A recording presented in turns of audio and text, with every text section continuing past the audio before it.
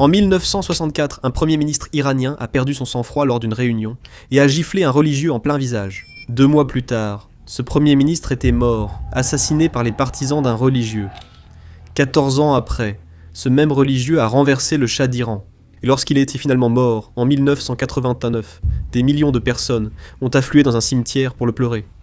Il s'appelait l'Ayatollah Ruhollah Khomeini. Dans les années 1960, l'Iran était dirigé par le Shah, qui a pris le pouvoir après l'abdication forcée de son père pendant la Seconde Guerre mondiale. Le Shah voulait que l'Iran ressemble à l'Amérique, riche, moderne, occidentalisé et capitaliste. Mais Khomeini, de son côté, qui était devenu grand ayatollah, le plus haut rang dans l'islam chiite, avait un problème avec la vision du Shah. Alors il a utilisé la religion pour renverser le Shah. Vous voyez, pendant 1200 ans, les musulmans chiites avaient été invités à attendre l'imam caché, le dernier descendant du prophète Mahomet, qui reviendrait un jour pour établir le califat islamique parfait à la fin des temps. Jusque-là, il fallait simplement prier, jeûner, donner l'aumône et vivre discrètement. Khomeini a dit « Oubliez tout ça, nous n'avons pas à attendre ». Il voulait établir un califat dès maintenant. Il disait que ce sont les religieux qui devaient diriger l'État, pas le Shah. Et cela signifiait que le Shah devait partir. Comme vous pouvez l'imaginer, c'était un vrai problème pour le Shah. C'était son seul rôle.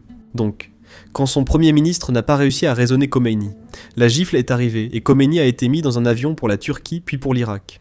Exiler un révolutionnaire compte parmi les décisions les plus stupides de l'histoire. Lénine a renversé les tsars russes depuis la Suisse et Khomeini a fait la même chose, sauf qu'il l'a fait avec des cassettes audio. Il enregistrait ses sermons quotidiennement, en gros ses discours. Et puis ses partisans faisaient y passer clandestinement ces cassettes en Iran, en faisaient des copies bon marché, et les diffusaient dans tout le pays grâce au réseau de 90 000 mosquées qu'ils avaient.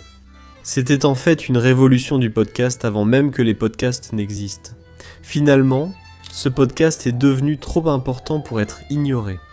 Et en 1979, le Shah a dû fuir le pays, et Khomeini est rentré chez lui en héros national. Ensuite, il a construit la première théocratie islamique moderne au monde. Un pays avec des élections et un parlement, mais avec un guide suprême au sommet, qui pouvait passer outre aux décisions de n'importe qui. Comme vous pouvez l'imaginer, Khomeini est rapidement devenu ce guide suprême. En termes simples, c'était juste un nouveau mot pour désigner un Shah. Et dès qu'il a pris le pouvoir, il a purgé l'armée, exécuté des milliers de personnes, puis pris 50 otages américains, et s'est lancé dans une guerre de 8 ans avec l'Irak, qui a fait plus d'1 million de morts. Au moment de sa mort, en 1989,